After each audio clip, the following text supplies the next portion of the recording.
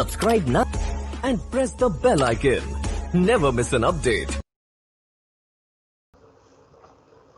Hey viewers, today we have Anam Siddiqui with us. She is a Mumbai University graduate. She did her graduation in BMS and later on completed her MBA from Xavier's Bangalore. So today she will be sharing her scoop with all of us. So hi Anam, how are you? Hi guys. I hope everyone is doing good and they're all safe at home. Sure. So how is lockdown treating you, Anam? Lockdown is good, work is increased, and it's a little difficult to work knowing that your bed is just here. So that's the struggle. Right. So Anam, can you take us through your profile in brief? Sure.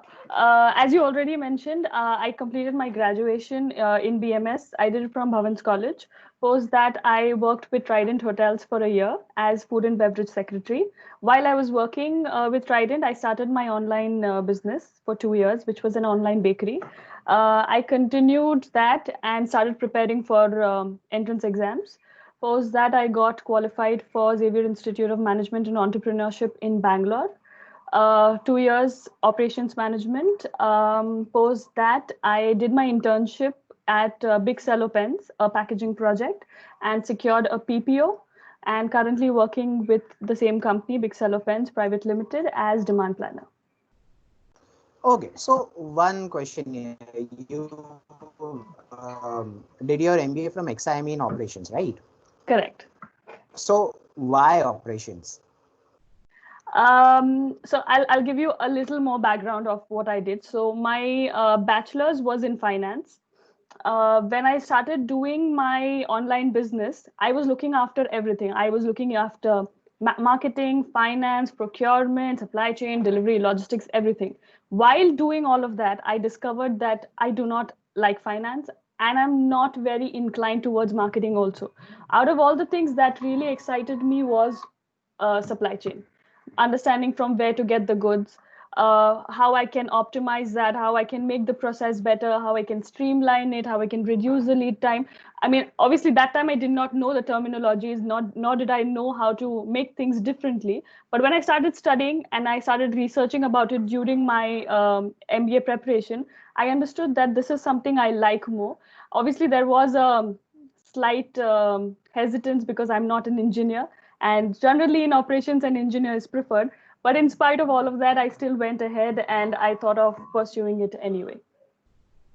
Okay, great. So how many students were there in your batch in operations at Xavier's? Roughly around 50 students of mix, and girls, if you ask me, there were only 10 of them. Not too Okay, many. fair enough. And how many non-engineers approximately? Two. Okay. So I'm sure you must have had a very good experience while working along with engineers, and you must have learned a lot with them. That's correct. However, I'm still not able to understand why is there a preference for engineers, because now when I'm already in the field and I'm working with people of supply chain, nobody amongst me is an engineer. So that's something I still am not able to get an answer for. Let's see, maybe in future. Yeah, maybe. Sure. It is generally a trend. Like engineers, the syllabus of engineering is more towards operations. So the best line for them is operations. That's correct. And it's also So believed that they maybe, are good with analytics. क्योंकि जितना मुझे अभी तक करने could मिला be. है, it's more to do with analytics. So that's an answer which I give myself, that probably that's why they prefer engineers. Correct. Chalo, nice. So while you were working, since you had a good work, is actually a different type of work, is having your own venture in Mhm. bakery products. So when you thought of doing your MBA and you started with your preparation, so can you take us through your CAT, XAT, and other entrances preparation? How was it? What were the challenges that you faced? Yeah, I think you're the right person who's asking this question, because you exactly know how petrified I was with the whole aptitude and entrance exams, and I still petrify it. अगर मुझे आज भी कोई बोले exam देने, मैं बोलूंगी रहने दो. Not a fan about online entrance exams anyway. So I'll go in the sequence. So first, just about the entrance exam. A lot of people that I've spoken with have started very early preparing for the examination years in advance. That's one of the mistakes that I did, that I only started eight months prior to the entrance exam. So the time frame that was available with me was very short to prepare for the exam, to understand the process. And there are roughly odd 10 exams that we give, including SNAP, ZAT, CMAT, etc., etc. So preparing for all of it, everyone has a different style, preparation style. One of the advice that I can give is you can prioritize what is your strength, and at least something which you always say is don't neglect any of the section, just touch it and make sure you answer what is correct. You should not be fearful of any of them, or neither should you take any of the sections on your ego. So for me, verbal was good. I was average in reasoning, and I was below average in quant. So that's how I focused my entire plan. I used to spend a lot of time in verbal, comparatively a little more time in reasoning, and quant. I used to only attempt those questions or prepare for those topics which I was familiar with and I was comfortable with. I did not deep dive too much. To be honest, out of all the three processes that happened, which is the entrance exam, the GDPI, my strength was GDPI. So for me, it was just important to qualify and then get called for a GDPI, and the rest is something I would take care of. So in order to prepare for these things, I think prioritizing what is good for you is important. There's a lot of things that keep happening during that process also. There's a lot of anxiety. There's a lot of competition when you're studying with a lot of people. It's just that you should make sure that you do not give up. That's about it. Do not give up. Even if you don't know a particular section, it's okay. Just study as much as you can. It's okay even if you're 20% in a section. It's important for you to touch that section and just have a fair idea about it, because you will still get through. That's not going to be a problem. You just have to be calm.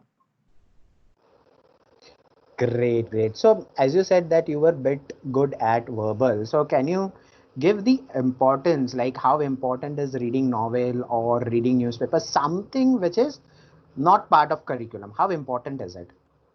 I think reading the novel was something which was a very good activity. We used to do it on a weekly basis. What happens is if you're constantly reading your novel, your speed of reading increases. And one of the important factors which you always said is reading, skimming your reading. That means you do not have to read the entire paragraph. The more you start reading, the more you will start looking for important words, and you will just skim through the entire paragraph, and you will know the entire idea about the paragraph, which saves a lot of the time. Now, this skill probably is something which is, in my opinion, very difficult to acquire. You will have to read a lot of novels, lot of newspapers to be able to grasp that, to be able to identify the words, to build the story on your own, and the story that you're building should be correct in accordance with the answer. So that was one of the important things that you thought. After that, it was what do you say? The answers which were given. A lot of times you said that don't start with the question, start first with the answer, look for the answer, and then read the question. So there are a lot of strategies that you can build in how you can reduce your time of solving all of these paragraphs. True, true, true. You cracked CMAT and you went for XIME. So how was your GDPI experience?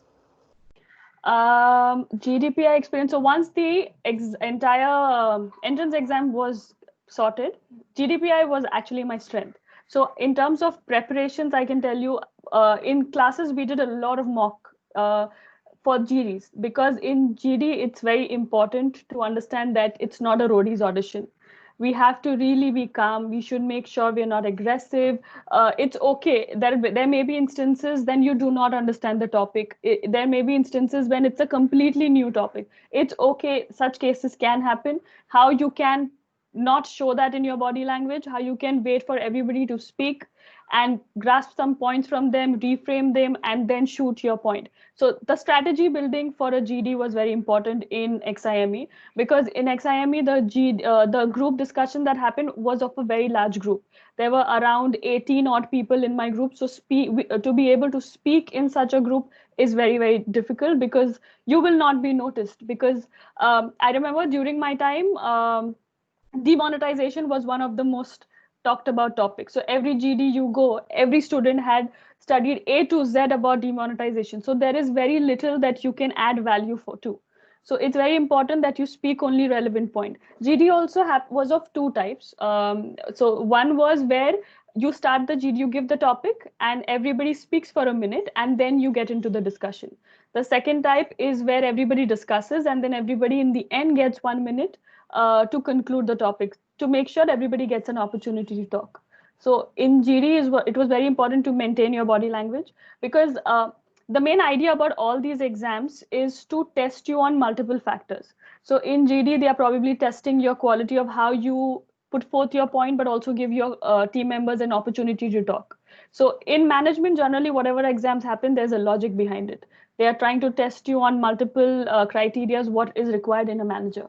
So in GD, focus on your body language, speak what is relevant. If you do not have a point, wait for someone else to talk so that you can take some points in, and then you can start off.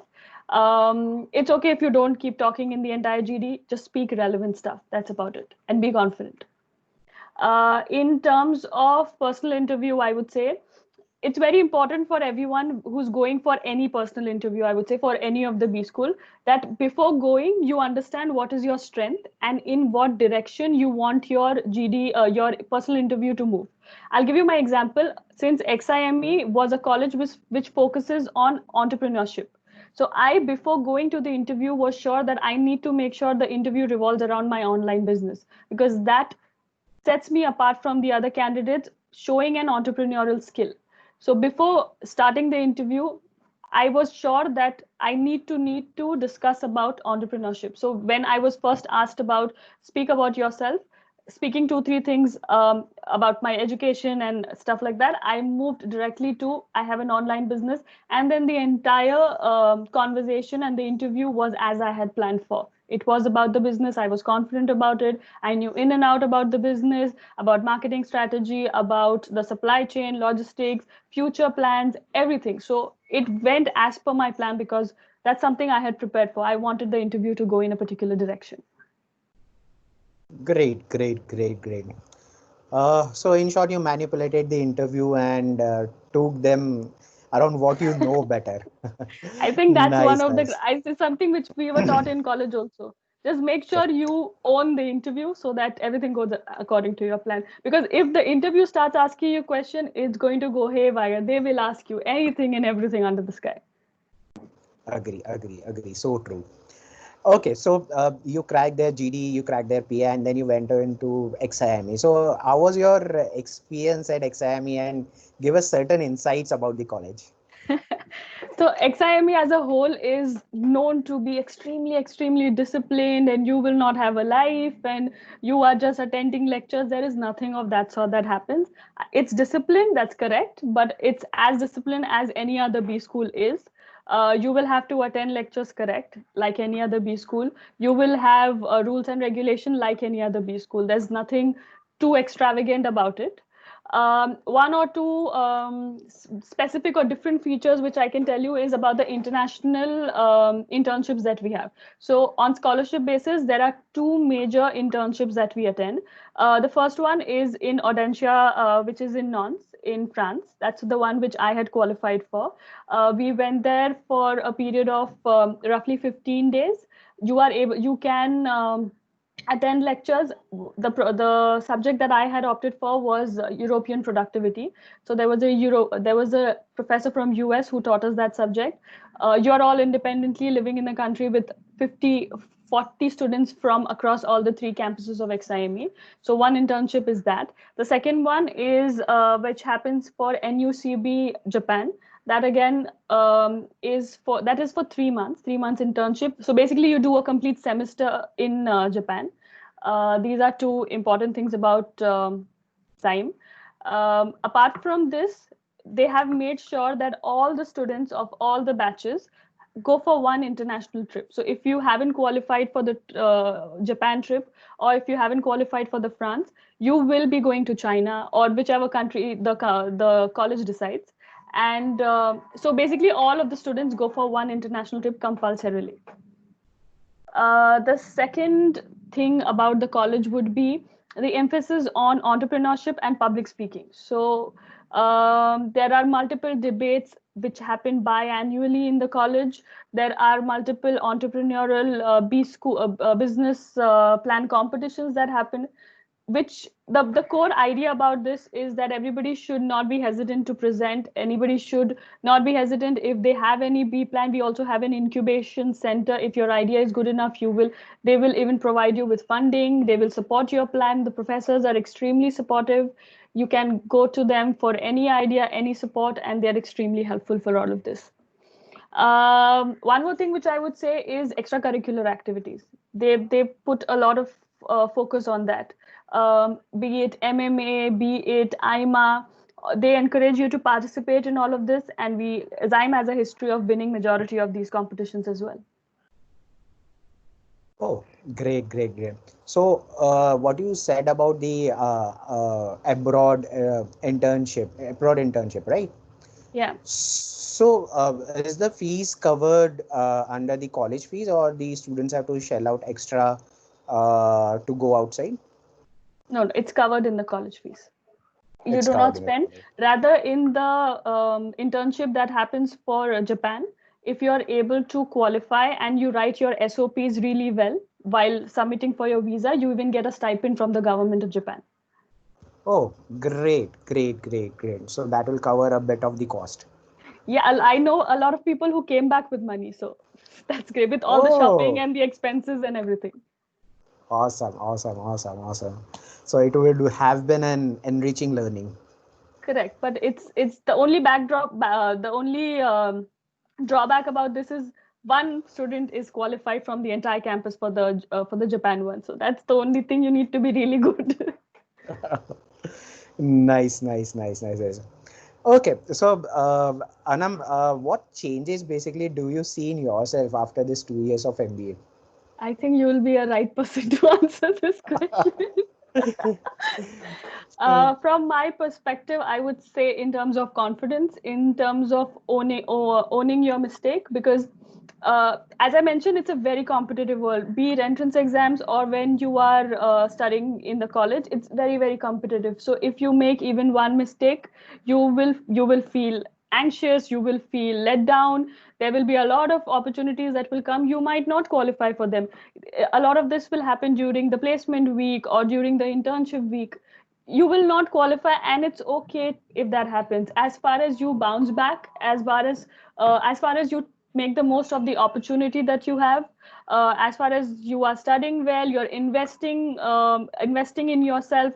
I'm not just talking about monetarily, in terms of time also. If you're developing on your skills, you're doing online courses, you're taking part in extracurriculars, it's basically you're investing in yourself. You are looking after your body language, you're preparing for interviews. It will all work out. It will definitely work out for everyone. Someone like me who's so scared about entrance exams, if I can qualify, definitely a lot of people can qualify. And I'm also sure that I'm not the only one who had this problem, this kind of fear about entrance exams and MBAs. It's with a lot of people. So everything is going to work out. It's just that you need to be persistent. That's it. Great, great, great, great. This is very motivating.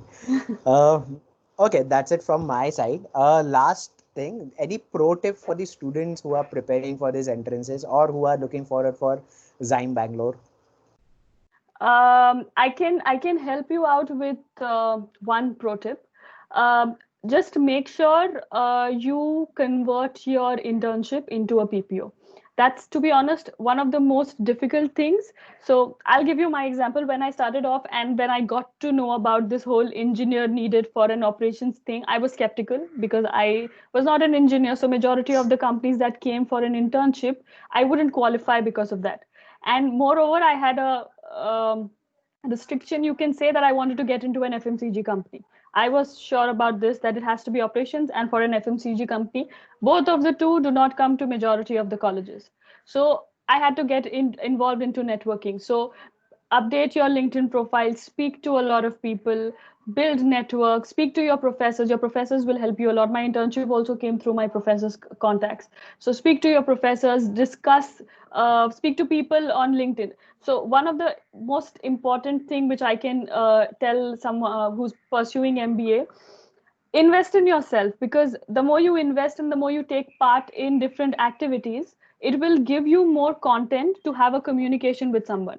If you have a lot of content to speak about, be it GK, be it your skills, be it what you have done, you will be more confident in approaching someone and striking a conversation, and that person might recommend you somewhere. It's all about networking. If you have a contact, they will help you out, and that can happen if you are able to strike a conversation with them. Invest in that. Log into LinkedIn, speak to someone who is experienced, someone from your field, someone that you want to do something that you want to do. Speak to them. Just be open to conversation, and things will work out for you. Okay, great, great. Thank you so much, Anam, for a wonderful insight. And we wish you luck for your future endeavors. Thank you. Wish you the same. Okay, bye bye. Bye bye.